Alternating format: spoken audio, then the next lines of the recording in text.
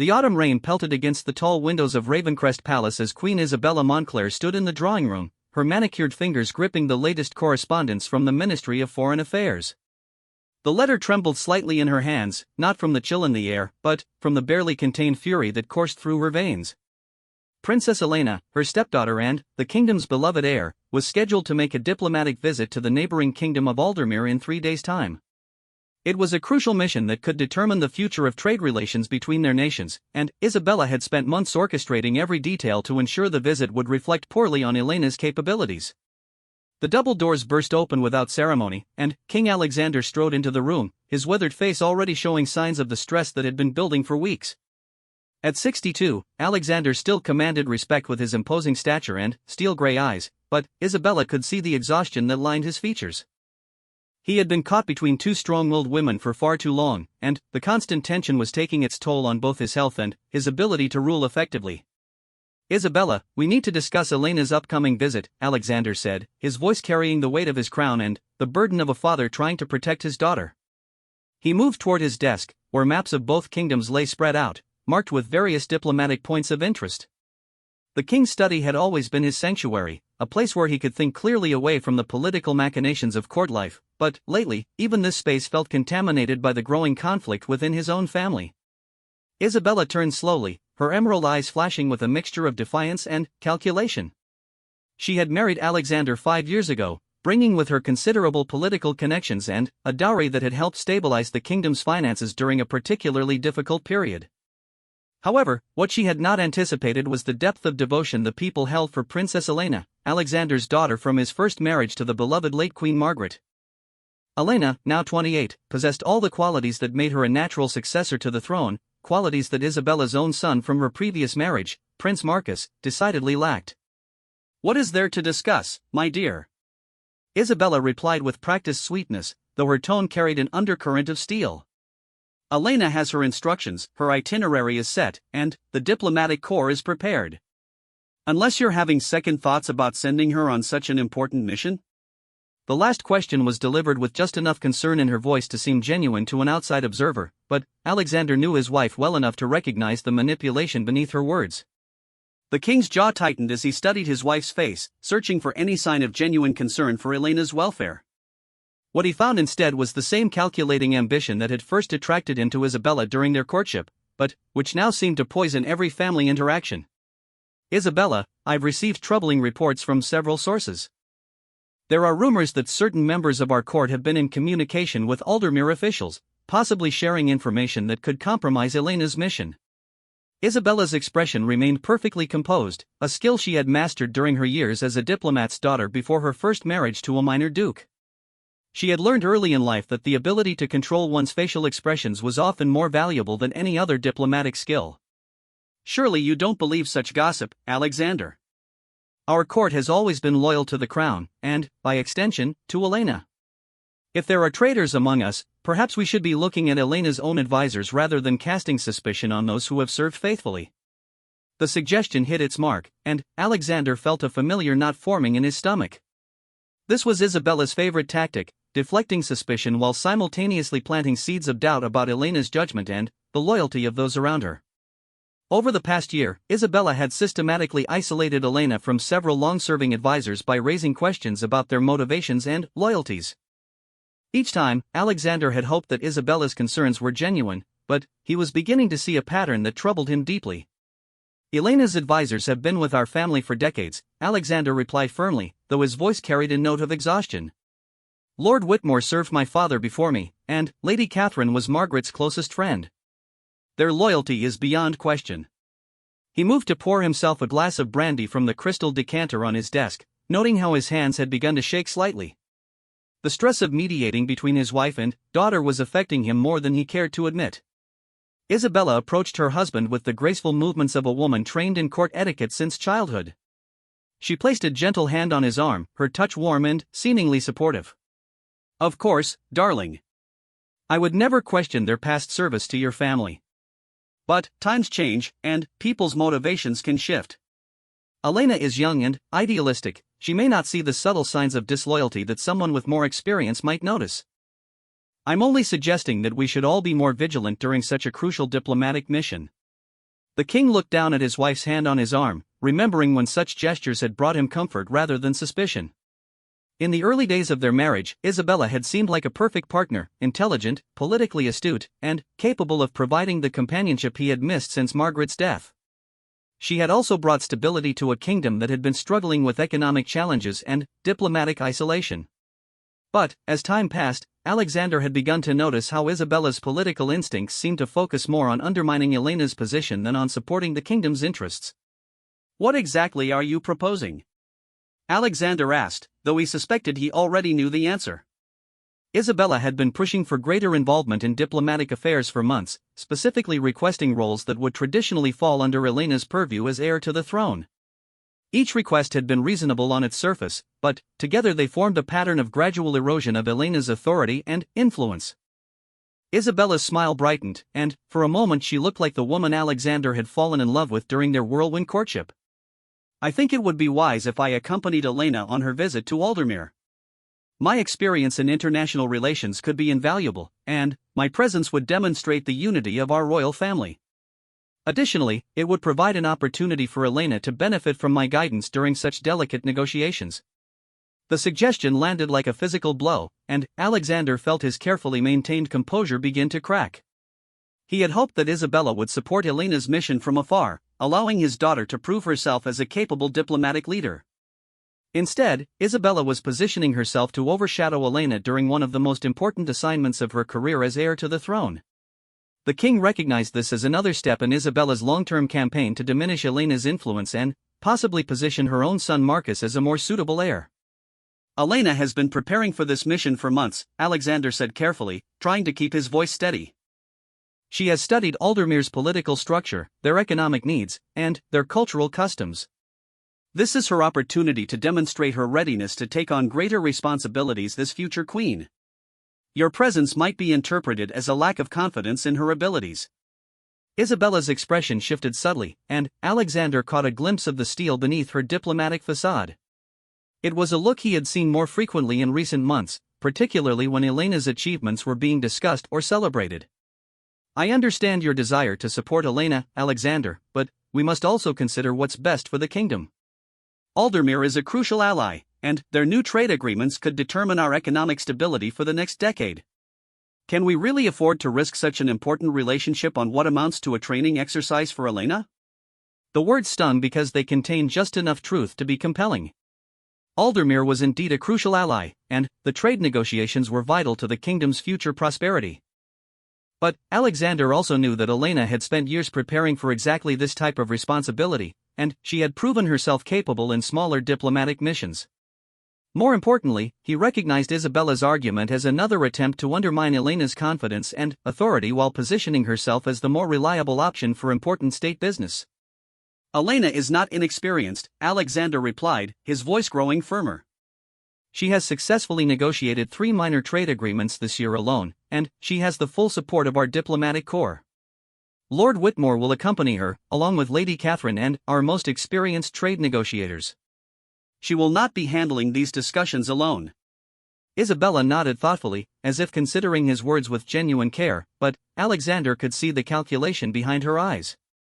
She was already formulating her next argument, probably one that would focus on the specific challenges posed by Aldermere's notoriously difficult negotiating style or the recent political changes in their court that might require more experienced handling. "Of course, Elena has shown promise in her previous assignments," Isabella conceded gracefully. "But Aldermere's new Prime Minister, Lord Blackwood, is known for his aggressive negotiating tactics and his particular disdain for what he considers inexperienced nobility.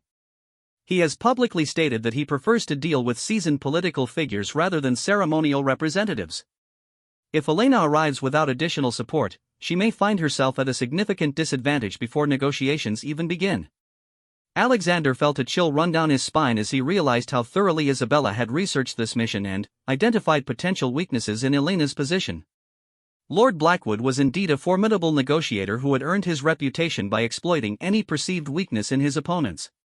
But Alexander also suspected that Isabella had been in communication with Aldermere's court, possibly feeding them information that would make Elena's mission more difficult. "How do you know so much about Lord Blackwood's preferences?" Alexander asked quietly, though his tone carried an unmistakable edge of suspicion. He watched Isabella's face carefully, looking for any sign that she had overstepped the boundaries of appropriate royal behavior. Isabella's composure never wavered, but Alexander caught a flash of something, triumph, perhaps, or satisfaction, in her eyes before she responded. "I make it my business to stay informed about our kingdom's interests, Alexander. I have maintained correspondence with several diplomatic contacts from my previous life, and they have provided valuable insights into Aldermere's current political climate. Knowledge is our greatest weapon in diplomatic affairs, after all." The admission confirmed Alexander's worst suspicions, but he found himself caught between his duty as a king and his role as a husband. Isabella's intelligence gathering could be seen as either valuable state service or dangerous interference, depending on how it was being used. The fact that she had not shared this information with Elena or the official diplomatic team suggested that her motivations were not entirely pure. "Those contacts should have been reported to our intelligence services," Alexander said slowly. "Any information gathered about Aldermere should be shared with Elena's team to help ensure the success of her mission. Unless..." He paused, studying his wife's face carefully, "unless you have reasons for keeping that information to yourself." Isabella stepped back slightly, her hand dropping from Alexander's arm as the temperature in the room seemed to drop several degrees. For the first time in their conversation, her mask of concerned devotion slipped completely, revealing the ambitious woman beneath. "I resent the implication, Alexander. Everything I do is in service to our kingdom and our family. If I have been gathering information independently, it's because I wanted to ensure that we were as prepared as possible for these crucial negotiations." "Then, you'll share that information with Elena immediately," Alexander replied, his voice now carrying the full authority of his position as king. "And you'll allow her to complete her mission without interference." "This is not a request, Isabella. This is a royal decree." The silence that followed was deafening, broken only by the continuing rain against the windows and the distant sound of servants moving through the palace corridors. Isabella's face cycled through several expressions: surprise, anger, calculation, and, finally, a cold fury that she made no attempt to disguise. Alexander realized that he had finally pushed their conflict into the open, and there would be no returning to the pretense of family harmony that had barely held them together for the past year. "As you wish, Your Majesty," Isabella replied, her voice dripping with formal courtesy that somehow managed to sound more threatening than any direct challenge. "I will, of course, comply with your royal decree. However, I hope you will remember this conversation when Elena's mission fails and our kingdom suffers the consequences of your misguided faith in her abilities." Alexander watched his wife sweep from the room with the regal bearing that had first attracted him to her, but now her departure felt more like a strategic retreat than a surrender. He knew that Isabella had not given up on her plans to interfere with Elena's mission, she had simply decided to pursue them through different means. The king found himself alone in his study, staring out at the storm that seemed to mirror the tempest brewing within his own family. As Alexander contemplated the chess match that his marriage had become, he realized that his next move would determine not only the success of Elena's diplomatic mission but also the future stability of his kingdom. Isabella was a formidable opponent with extensive political connections and a strategic mind that had served her well in previous conflicts. But Elena was his daughter and his rightful heir, and he would not allow ambition to destroy what Margaret had helped him build. The king moved to his desk and began drafting a letter to Lord Whitmore, Elena's chief advisor and diplomatic mentor. If Isabella was planning to sabotage Elena's mission through her independent intelligence network, then Alexander needed to ensure that his daughter was protected by people whose loyalty was beyond question. The game for the future of the kingdom was about to begin in earnest, and Alexander intended to make sure that Elena emerged victorious. Princess Elena stood before the full-length mirror in her private chambers, adjusting the deep blue diplomatic sash that marked her as the official representative of the crown. The morning light streaming through her windows caught the golden threads woven into the fabric, creating patterns that seemed to dance across the rich material. In just 2 hours, she would depart for Aldermere, carrying with her the hopes and expectations of her entire kingdom. The weight of responsibility felt heavier than the ceremonial jewels adorning her neck, each piece a reminder of the generations of royalty who had served their people with honor and dignity. Lady Catherine Ashford, Elena's closest advisor and confidant since childhood, moved quietly around the room making final adjustments to the princess's appearance while mentally reviewing the extensive preparation they had undertaken for this crucial mission. At 55, Lady Catherine possessed the perfect combination of diplomatic experience and maternal warmth that had made her invaluable to Elena's development as a future queen. She had served Elena's mother, Queen Margaret, in the same capacity and had sworn a personal oath to protect and guide Margaret's daughter through the treacherous waters of royal responsibility. "Your Highness, the final briefing documents have arrived from Lord Whitmore," Lady Catherine said softly, placing a leather portfolio on Elena's writing desk. "He's included additional intelligence about Lord Blackwood's negotiating style, as well as some interesting background information about recent changes in Aldermere's court structure. It appears there have been some unexpected political shifts that could work to our advantage if we approach them correctly." Elena nodded gratefully while fastening the final clasp of her travel jewelry, each piece carefully selected to convey both respect for Aldermere's traditions and confidence in her own authority. She had spent months studying every aspect of this diplomatic mission, from the historical context of their relationship with Aldermere to the personal preferences of each official she would encounter. The princess understood that success in diplomacy often depended on seemingly minor details, and she was determined to demonstrate that her youth did not equate to inexperience or naivety. "Have there been any last-minute changes to our departure schedule?" Elena asked, though she already suspected that Isabella had been working behind the scenes to complicate their carefully planned itinerary. Over the past week, Elena had noticed several small but troubling signs that someone was attempting to undermine her mission. Documents had gone missing from the diplomatic office, only to reappear with slight modifications that could have proven embarrassing during negotiations. Key personnel had received conflicting instructions that created confusion and delays. Most concerning of all, Elena had intercepted messages suggesting that detailed information about their negotiation strategy had somehow reached Aldermere before their delegation had even departed. Lady Catherine's expression darkened slightly as she considered how to respond to Elena's question. As someone who had navigated court politics for decades, she recognized the signs of internal sabotage when she saw them. The pattern of interference they had been experiencing was too systematic to be coincidental, and too sophisticated to be the work of random troublemakers. Someone with significant access to palace operations and diplomatic planning was actively working against Elena's success. "Your father requested a private audience with you before departure," Lady Catherine replied carefully. "He sent word this morning that he wishes to discuss some additional considerations that have come to his attention. Lord Whitmore is already in conference with His Majesty, and I suspect they are addressing some of the unusual circumstances that have been affecting our preparations." Elena felt a knot of concern forming in her stomach as she considered the implications of her father's last-minute request for a meeting. King Alexander was not given to dramatic gestures or unnecessary worry, and his decision to involve himself directly in the final stages of her mission preparation suggested that something significant had occurred. The princess had noticed the increasing tension between her father and stepmother over the past several months, but she had hoped that their personal conflicts would not interfere with matters of state. "Do we know what specific concerns my father wishes to address?" Elena asked while reviewing the contents of her diplomatic portfolio one final time. She had memorized every detail of their negotiation strategy, but the ritual of checking and rechecking her materials helped calm her nerves and reinforced her confidence in the thoroughness of their preparation. Each document represented months of careful research and strategic planning, and Elena was determined not to let anyone's personal agenda undermine their kingdom's interests.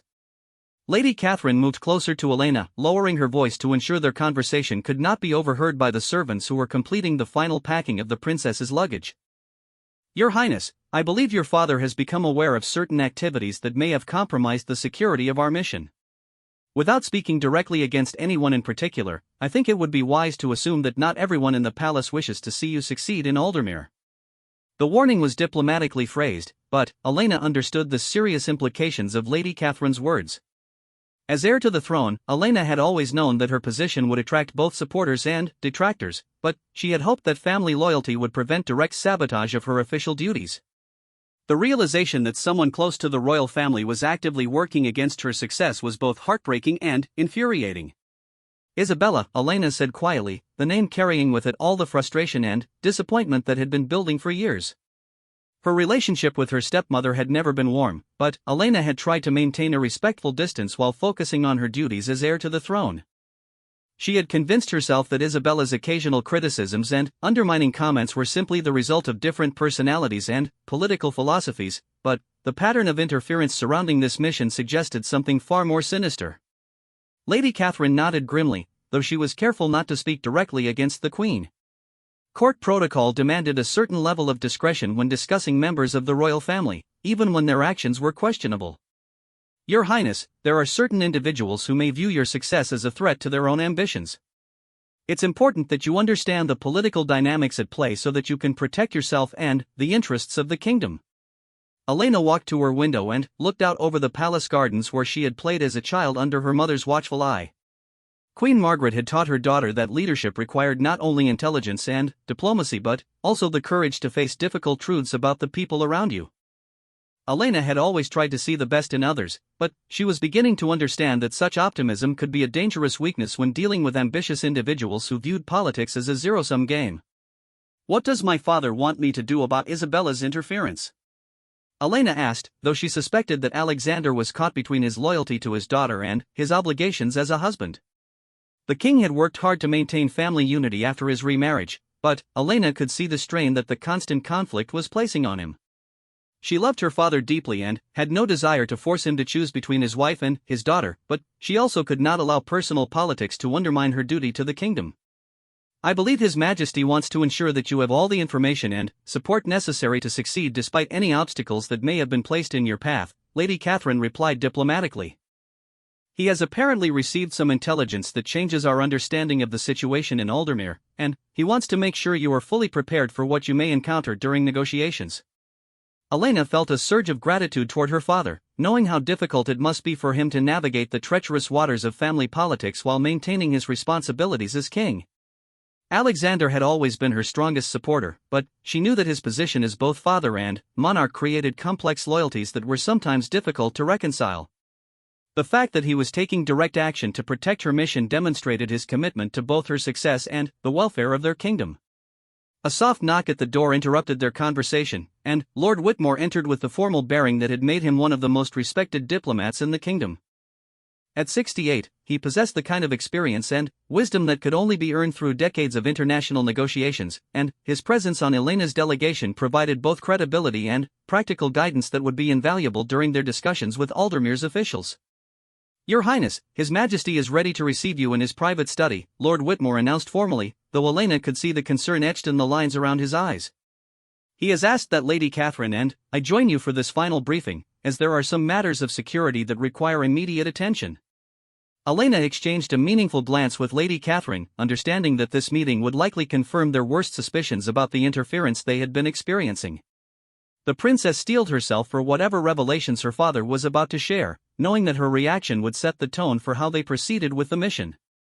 She could not allow personal betrayals to distract her from her duty to represent her kingdom with honor and effectiveness. Then, let's not keep my father waiting, Elena replied with the composed authority that had been instilled in her since childhood.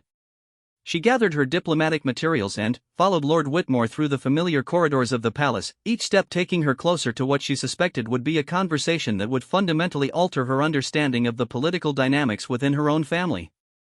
The walk to the king's study felt longer than usual, giving Elena time to prepare herself mentally for what was to come. She had always known that royal life involved complex political calculations and competing interests, but she had hoped that her immediate family would remain a source of support and loyalty. The prospect of confirming Isabella's betrayal was painful, but Elena understood that effective leadership required the ability to see situations clearly and respond appropriately, regardless of personal feelings. As they approached the heavy oak doors of her father's study, Elena reflected on the lessons her mother had taught her about the burdens and responsibilities of royal service. Queen Margaret had always emphasized that the crown belonged to the people, not to the individuals who wore it, and that personal sacrifices were sometimes necessary to protect the greater good. Elena drew strength from her mother's memory as she prepared to face whatever challenges lay ahead. Lord Whitmore paused before opening the doors, giving Elena a moment to compose herself and prepare for what would likely be a difficult conversation.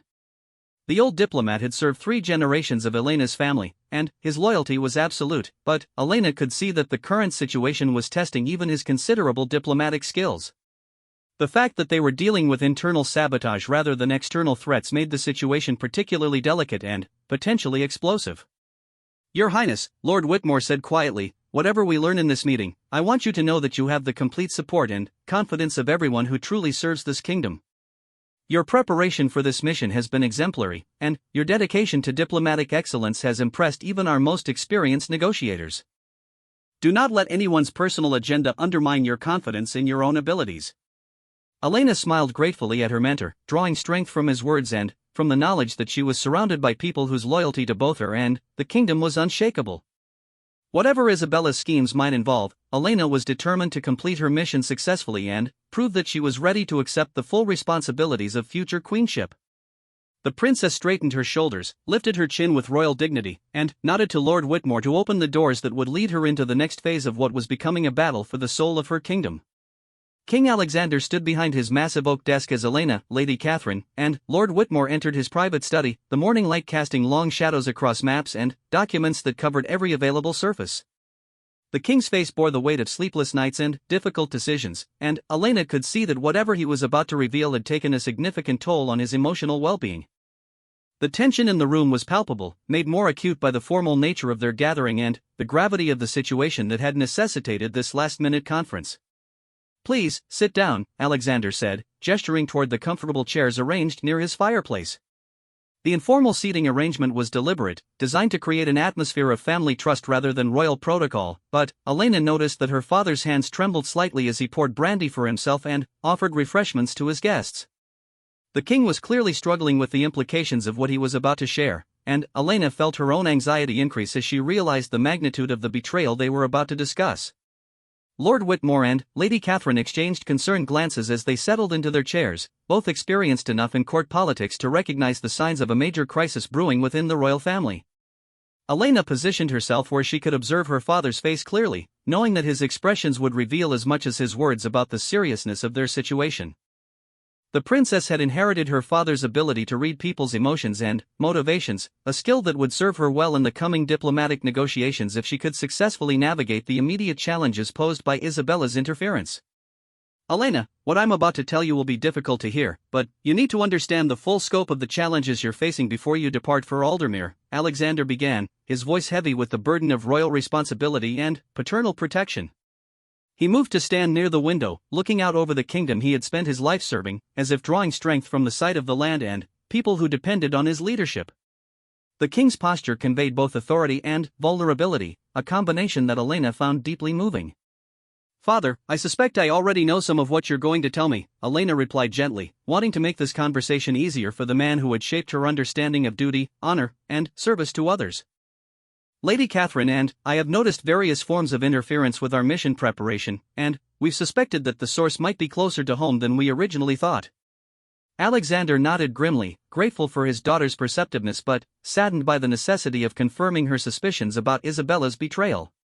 The king had hoped against hope that there might be some innocent explanation for the pattern of sabotage they had observed, but the evidence was too overwhelming to ignore. His investigation had revealed a level of deliberate interference that constituted not just personal betrayal but also a serious threat to the kingdom's diplomatic interests and security. "Isabella has been in secret communication with Lord Blackwood and other officials in Aldermere for the past 6 weeks, Alexander said bluntly, his voice carrying the pain of personal betrayal and the anger of a king whose trust had been violated. "She has shared detailed information about your negotiation strategy, your personal background, and even some confidential intelligence about our kingdom's economic vulnerabilities. The scope of her betrayal goes far beyond what I initially suspected." The words hit Elena like a physical blow, even though she had been preparing herself for this revelation. Hearing the confirmation of Isabella's treachery from her father's lips made the situation suddenly, devastatingly real. Elena felt a surge of emotions ranging from hurt and anger to determination and resolve, but she forced herself to maintain the composed demeanor that would be essential for effective leadership in the crisis ahead. Lady Catherine's face had gone pale with shock and indignation at the scope of Isabella's betrayal, while Lord Whitmore's expression had hardened into the grim determination of a career diplomat who understood the serious implications of such treachery. Both advisors realized that they were no longer dealing with simple court politics or personal jealousy, but with what amounted to treason against the crown and the kingdom's interests. "What specific information has she shared?" Elena asked, her voice steady despite the emotional turmoil she was experiencing. The princess understood that her personal feelings about Isabella's betrayal were secondary to the practical necessity of understanding how much damage had been done to their diplomatic position. She needed to know exactly what advantages their opponents possessed so that she could adjust her strategy accordingly. Alexander consulted a folder of documents on his desk, his hands moving with the mechanical precision of someone forcing himself to remain focused on facts rather than emotions. She has provided them with copies of your preliminary negotiation proposals, detailed assessments of our trade vulnerabilities, and personal information about your advisors that could be used to undermine your credibility. Most damaging of all, she has shared intelligence about our military capabilities and defensive strategies that should never have been disclosed to any foreign power. The revelation of military intelligence sharing elevated Isabella's actions from personal betrayal to matters of national security, and Elena felt the full weight of royal responsibility settling on her shoulders. She understood that this mission had become about more than diplomatic success or personal vindication. It was now a test of her ability to protect her kingdom's interests despite having been deliberately sabotaged by someone within her own family. How did you discover the extent of her communications? Elena asked, though she suspected that her father's intelligence network had finally confirmed what many in the palace had long suspected about Isabella's true loyalties and motivations. The queen had always maintained extensive correspondence with foreign contacts, claiming it was necessary for staying informed about international affairs, but the scope of her information sharing clearly went far beyond appropriate diplomatic channels. Alexander's expression darkened further as he considered how to explain the methods used to uncover Isabella's treachery without revealing too much about the kingdom's intelligence capabilities. We intercepted several messages through our diplomatic channels, and we have reliable sources within Aldermere's court who alerted us to the unusual level of detailed information that Lord Blackwood seemed to possess about our delegation and our negotiating position.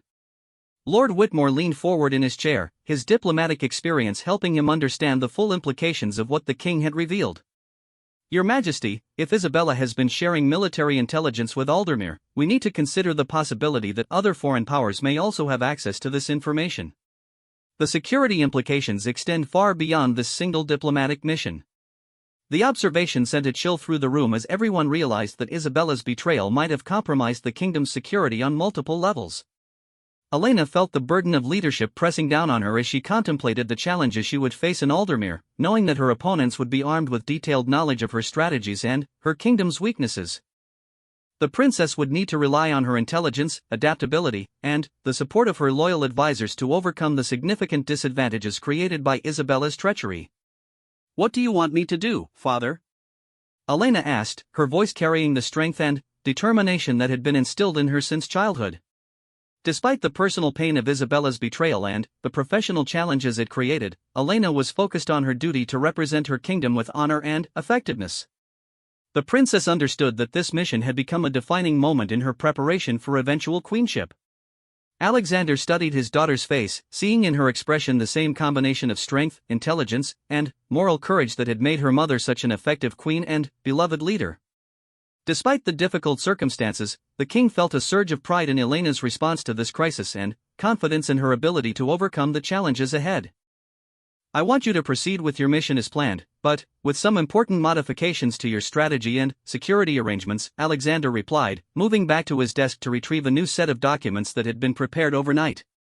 Lord Whitmore has developed alternative negotiation approaches that account for the information Isabella has shared with Aldermere. We're also assigning additional security personnel to your delegation, and we've arranged for backup communication channels in case your primary diplomatic contacts have been compromised. Elena accepted the new documents with gratitude, understanding that her father and Lord Whitmore had worked through the night to minimize the damage caused by Isabella's betrayal. The princess felt a renewed sense of confidence knowing that she would not face this challenge alone, and that the people who truly served the kingdom's interests were rallying to support her success despite the obstacles that had been placed in her path. Your Highness, Lady Catherine said softly, I want you to know that this betrayal, as painful as it is, has also revealed the strength of your true support network.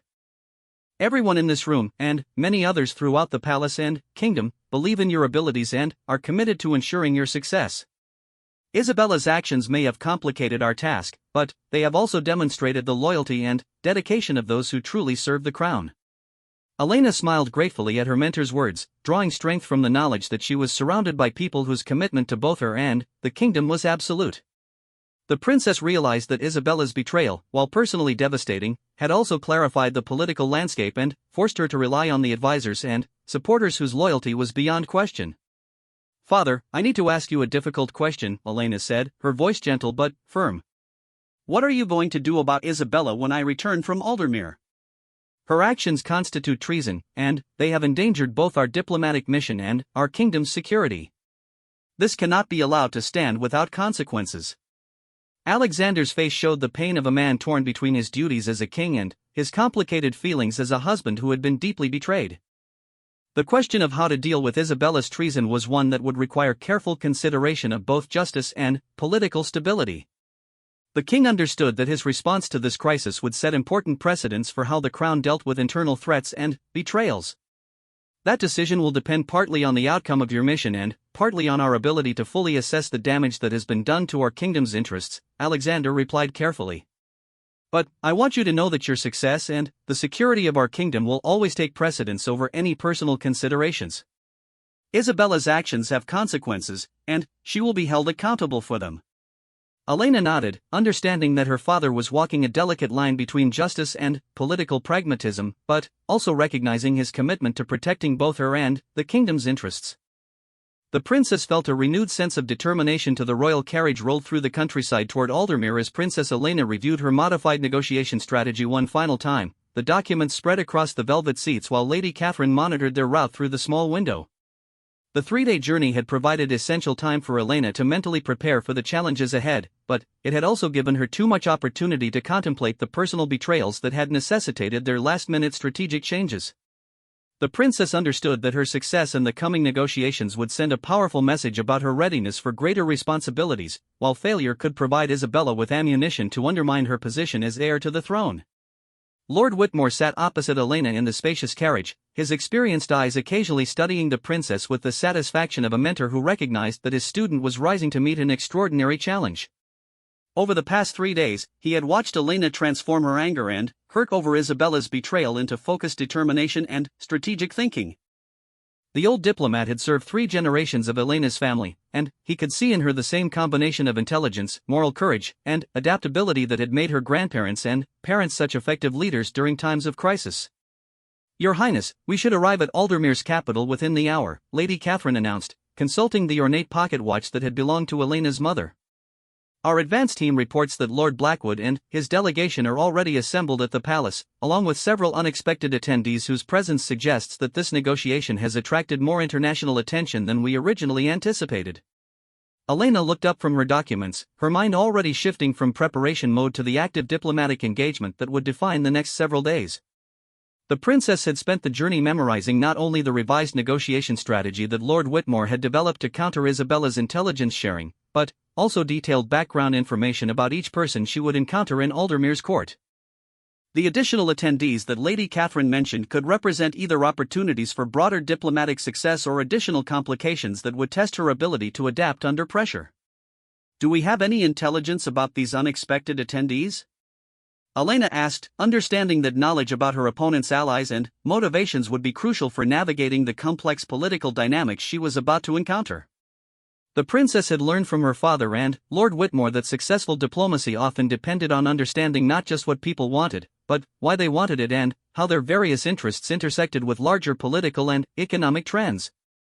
Lord Whitmore consulted his own set of notes, compiled through the discreet intelligence network that had served the kingdom's diplomatic corps for decades.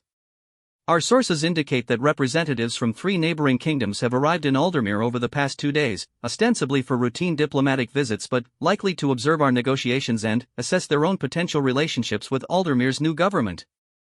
Lord Blackwood appears to be using our trade discussions as an opportunity to demonstrate Aldermere's growing influence in regional affairs." The revelation added another layer of complexity to Elena's mission, as she realized that her negotiations would be conducted under the scrutiny of multiple foreign powers who would be evaluating both her personal capabilities and her kingdom's diplomatic strength. The princess understood that Isabella's betrayal had not only compromised their specific negotiation strategy but had also potentially damaged their reputation for reliability and security in the eyes of other international partners. "That actually works to our advantage in some ways," Elena observed, her strategic thinking impressing both of her advisors. "If Lord Blackwood is trying to showcase Aldermere's diplomatic sophistication, he'll be motivated to conduct negotiations that appear fair and honorable to his international audience. He can't afford to be seen as taking advantage of intelligence provided through inappropriate channels, especially if he wants to build long-term relationships with other kingdoms." Lady Catherine smiled with pride at Elena's quick grasp of the political dynamics at play, recognizing the kind of intuitive diplomatic intelligence that could not be taught but only developed through experience and natural aptitude. The princess was demonstrating the ability to turn apparent disadvantages into strategic opportunities, a skill that would serve her well not only in these immediate negotiations but throughout her future reign as queen. "Your Highness has identified a crucial point," Lord Whitmore agreed, his voice carrying the warmth of a teacher whose student has exceeded expectations. Lord Blackwood's desire to impress his international observers may constrain his ability to exploit the information that Isabella provided, particularly if we can frame our discussions in ways that highlight the mutual benefits of fair and transparent negotiations. Elena felt a surge of confidence as she realized that her analytical approach to the situation was sound and that her advisors shared her assessment of the opportunities ahead. The princess had spent months preparing for this mission under normal circumstances, and the additional challenges created by Isabella's betrayal had forced her to think more creatively and strategically about diplomatic engagement. She was beginning to understand that adversity could sometimes strengthen her capabilities rather than simply creating obstacles to overcome. As their carriage approached the outskirts of Aldermere's capital city, Elena could see the impressive spires and fortifications that marked one of the most prosperous and politically sophisticated kingdoms in their region. The sight reminded her that she was entering territory where every word and gesture would be carefully observed and analyzed, where cultural misunderstandings could derail months of preparation, and where her personal conduct would reflect not only on herself but on her entire kingdom's reputation and interests. "Lady Catherine, please remind me of the specific cultural protocols that Lord Blackwood's government has requested we observe during our visit," Elena said, wanting to ensure that no detail of proper diplomatic behavior had been overlooked in their preparation. The princess understood that successful international negotiations often depended as much on demonstrating respect for local customs and traditions as on the substance of the agreements being discussed. Lady Catherine opened her cultural briefing materials, which contained detailed information about Aldermere's court etiquette, religious observances, and social expectations for visiting dignitaries. Lord Blackwood's administration has emphasized their appreciation for punctuality, direct communication styles, and what they describe as substance over ceremony. They have specifically requested that formal titles be used consistently, that gift exchanges follow their traditional protocols, and that all negotiations be conducted with witnesses present to ensure transparency. Elena nodded thoughtfully, recognizing that these requirements aligned well with her own preferences for straightforward diplomatic engagement while also providing additional protection against any attempts to misrepresent her positions or commitments. The transparency requirements would make it more difficult for anyone to distort the negotiation process or outcomes, which could help counter any advantages that Isabella's intelligence sharing might have provided to Aldermere's delegation. "The witness requirement is particularly interesting," Lord Whitmore observed, his diplomatic experience helping him recognize the political implications of Aldermere's protocol requests. "It suggests that Lord Blackwood wants to ensure that any agreements reached during our negotiations are well documented and difficult to dispute later. That level of formality usually indicates either exceptional caution or a desire to create binding precedents for future diplomatic relationships." Elena considered the implications of Lord Whitmore's analysis, understanding that Aldermere's emphasis on formal documentation could serve her kingdom's interests as well as their hosts'. If Lord Blackwood was indeed trying to establish new standards for regional diplomacy, then successful negotiations could position Elena's kingdom as a preferred partner for other nations seeking reliable and transparent international relationships. The carriage began to slow as they approached the main gates of Aldermere's royal palace, and Elena felt the familiar combination of nervous energy and focused determination that always preceded important diplomatic engagements. The princess had learned to channel her anxiety into heightened awareness and strategic thinking, using the pressure of high-stakes negotiations to sharpen her mental acuity rather than allowing it to undermine her confidence. "Your Highness," Lady Catherine said softly as palace guards approached their carriage to conduct the formal arrival protocols, "I want you to remember that you are exceptionally well prepared for this mission, despite the additional challenges we've faced. Your knowledge of trade policy, your understanding of regional political dynamics, and your natural diplomatic instincts give you every tool necessary for success. Most importantly, you have the support of people whose loyalty and expertise are beyond question." Elena smiled gratefully at her mentor's encouraging words while mentally reviewing the key points of her opening presentation to Lord Blackwood's delegation. The princess understood that first impressions would be crucial, particularly given the likelihood that Aldermere's officials had formed preconceptions about her capabilities based on the information provided by Isabella. Elena was determined to demonstrate from the outset that she was a serious diplomatic partner who could not be easily manipulated or dismissed. Lord Whitmore gathered his own materials in preparation for their formal entrance into Aldermere's court, his movements reflecting the calm efficiency of someone who had conducted countless similar negotiations throughout his distinguished career. The old diplomat's presence provided Elena with both practical guidance and emotional reassurance, knowing that his experience and wisdom would be available throughout the challenging days ahead. "Remember, Your Highness," Lord Whitmore said quietly as palace officials began the formal procedures for receiving their delegation, "diplomacy is ultimately about finding solutions that serve everyone's legitimate interests while protecting your own kingdom's essential needs. Lord Blackwood may have additional information about our positions, but he doesn't know how you think, how you analyze complex problems, or how you respond to unexpected developments. Those capabilities belong to you alone, and they cannot be compromised by anyone's betrayal." Elena stepped down from the carriage with the regal bearing that had been instilled in her since childhood, her diplomatic credentials clearly displayed and her personal demeanor conveying both respect for her hosts and confidence in her own authority. The princess was keenly aware that everything from her posture to her facial expressions would be observed and interpreted by multiple audiences, but she felt ready to represent her kingdom with the honor and effectiveness that the situation demanded. As Elena was escorted toward the palace entrance where Lord Blackwood and his delegation waited to receive her, the princess reflected on the journey that had brought her to this crucial moment. Isabella's betrayal had been painful and professionally challenging, but it had also forced Elena to develop greater self-reliance and strategic sophistication than might have been necessary under normal circumstances. The princess was beginning to understand that leadership often required the ability to turn adversity into opportunity, and she was determined to prove that Isabella's sabotage had ultimately strengthened rather than weakened her diplomatic capabilities. 3 weeks later, Princess Elena stood once again in her father's private study, but this time the atmosphere was dramatically different from their tense pre-departure meeting. Sunlight streamed through the tall windows, illuminating the trade agreements and diplomatic correspondence that covered King Alexander's desk like trophies of successful international engagement. Elena's mission to Aldermere had exceeded even the most optimistic expectations, resulting not only in the crucial trade agreements they had sought but also in preliminary discussions for a regional alliance that could reshape the political landscape for decades to come. King Alexander rose from behind his desk as Elena entered, his face showing a mixture of paternal pride and royal satisfaction that brought warmth to the formal setting. The strain and worry that had marked his features before Elena's departure had been replaced by the confident bearing of a monarch whose faith in his daughter's abilities had been thoroughly vindicated. The king's posture conveyed both personal relief and political triumph, as Elena's diplomatic success had strengthened not only their kingdom's international position but also her own credibility as future queen.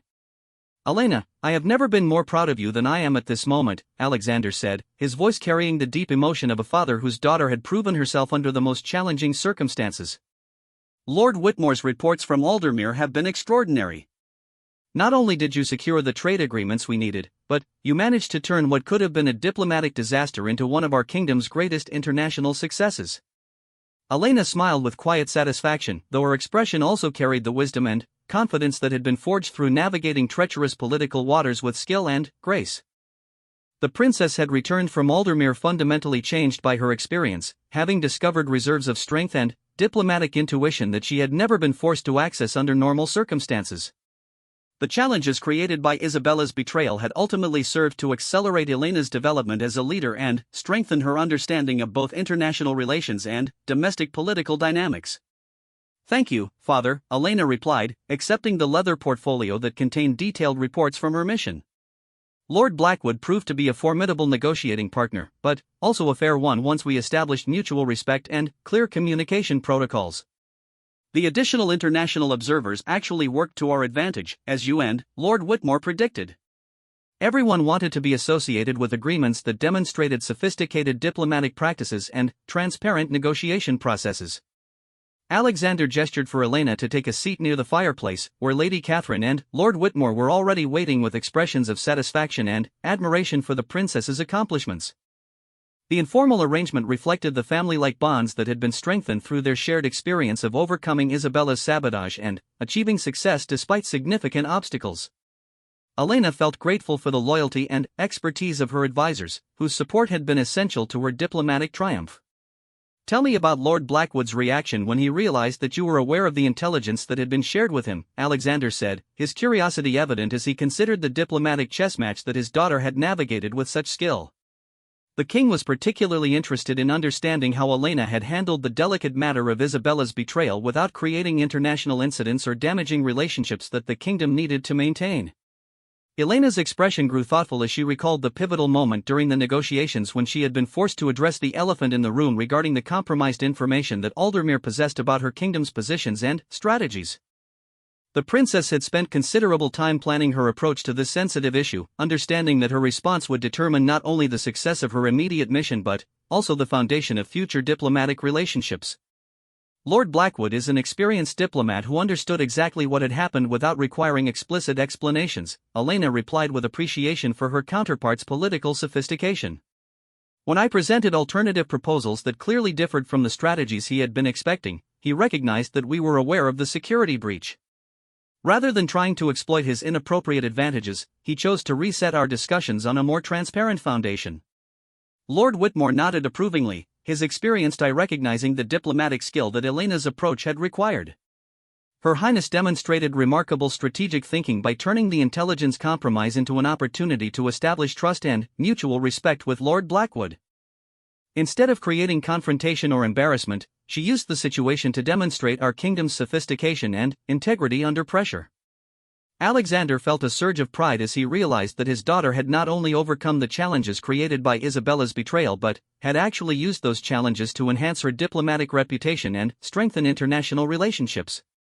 The king understood that Elena's success represented more than just effective crisis management, it demonstrated the kind of leadership qualities that would serve their kingdom well when she eventually assumed the throne. What about the other international observers who were present during your negotiations? Alexander asked, recognizing that Elena's performance had been evaluated by multiple foreign powers who would influence her kingdom's future diplomatic opportunities. The king was particularly interested in understanding how Elena's handling of the situation had affected their broader international reputation and standing. Elena's smile widened as she considered the unexpected benefits that had emerged from what could have been a humiliating diplomatic failure.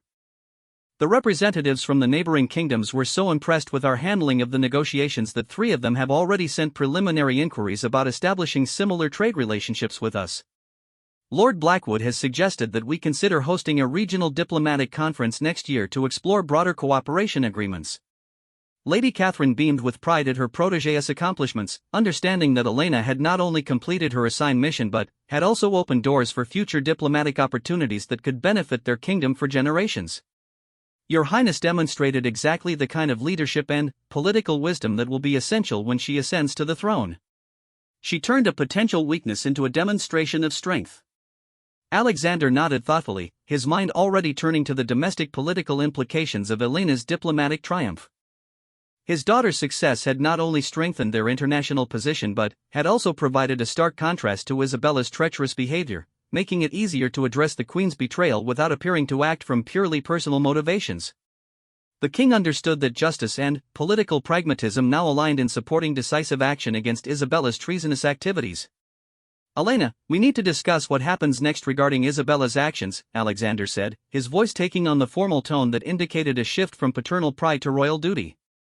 Her betrayal of state secrets and her attempts to sabotage your mission constitute serious crimes against the crown and the kingdom. Your diplomatic success has made it clear that her actions were motivated by personal ambition rather than any legitimate concerns about your capabilities or our kingdom's interests. Elena's expression grew serious as she considered the difficult decisions that lay ahead regarding her stepmother's fate. The princess understood that Isabella's betrayal could not go unpunished, both for reasons of justice and to send a clear message about the consequences of treasonous behavior. However, Elena also recognized the delicate political considerations involved in dealing with a queen who still maintained some support among certain court factions and foreign contacts. What options are available to us? Elena asked, though she suspected that her father had already been consulting with his legal advisors and political counselors about the appropriate response to Isabella's crimes. The princess wanted to ensure that any actions taken would strengthen rather than destabilize their kingdom's political foundations while also establishing important precedents for how royal family members would be held accountable for their actions. Alexander consulted a set of documents that had been prepared by his legal advisors, his movements reflecting the careful consideration that such momentous decisions required. Isabella can be charged with treason for sharing military intelligence with foreign powers, with violation of royal trust for undermining your diplomatic mission, and with conspiracy against the crown for her systematic attempts to damage your reputation and authority. The penalties for these crimes range from exile to imprisonment to loss of royal status and privileges. Lord Whitmore leaned forward, his diplomatic experience helping him recognize the broader implications of how Isabella's case was handled. Your Majesty, the international community will be watching our response to this betrayal very carefully. Our handling of internal treachery will influence how other kingdoms view our political stability and our commitment to protecting state secrets and diplomatic integrity. Elena nodded thoughtfully, understanding that their decision about Isabella would send important messages about their kingdom's values and their willingness to hold powerful individuals accountable for their actions regardless of personal relationships or political considerations. The princess also recognized that her own role in determining Isabella's fate would be closely scrutinized as an indication of her readiness for greater responsibilities and her commitment to justice over personal feelings. I believe that Isabella should face the full legal consequences of her actions, Elena said firmly, her voice carrying the moral authority that had been evident throughout her diplomatic mission. Her betrayal endangered not only my mission but our kingdom's security and international reputation. If we fail to respond decisively, we risk encouraging similar behavior from others who might believe that royal connections provide protection from accountability. Alexander studied his daughter's face, seeing in her expression the same commitment to justice and principle that had guided the best monarchs in their family's history. The king felt confident that Elena's judgment was sound and that her recommendation reflected careful consideration of both moral and practical factors. He was also proud that his daughter was willing to put the kingdom's interests ahead of any desire to avoid family conflict or public attention. Then, it will be done, Alexander declared with the finality that marked royal decrees. Isabella will be formally charged with treason and related crimes, and she will be tried according to our kingdom's laws regarding betrayal of state secrets and conspiracy against the crown. Her trial will be conducted transparently to demonstrate our commitment to justice and our respect for legal processes, but the evidence of her guilt is overwhelming. Elena felt a complex mixture of sadness and relief as she realized that Isabella's betrayal would finally be addressed through appropriate legal channels rather than being ignored or minimized for the sake of family harmony. The princess understood that this decision would forever change the dynamics within the royal family, but she also recognized that such changes were necessary to protect the integrity of their kingdom's institutions and to establish clear standards for acceptable behavior among those who served the crown. As the meeting concluded and Elena prepared to leave her father's study, she reflected on how dramatically her life had changed over the past month. The challenges created by Isabella's betrayal had forced Elena to discover strengths and capabilities that might have remained dormant under normal circumstances, while also revealing the depth of loyalty and support that existed among those who truly served the kingdom's interests. The princess understood that she had emerged from this crisis not only as a more effective diplomat and leader but also as someone who was truly ready to accept the full responsibilities of future queenship. King Alexander watched his daughter leave with a sense of profound satisfaction and confidence in the kingdom's future under her eventual leadership.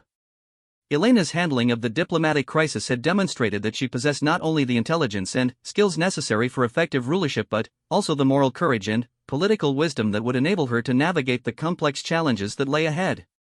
The king knew that Isabella's betrayal, while painful, had ultimately served to accelerate Elena's development as a leader and strengthen the foundations of their kingdom's political stability.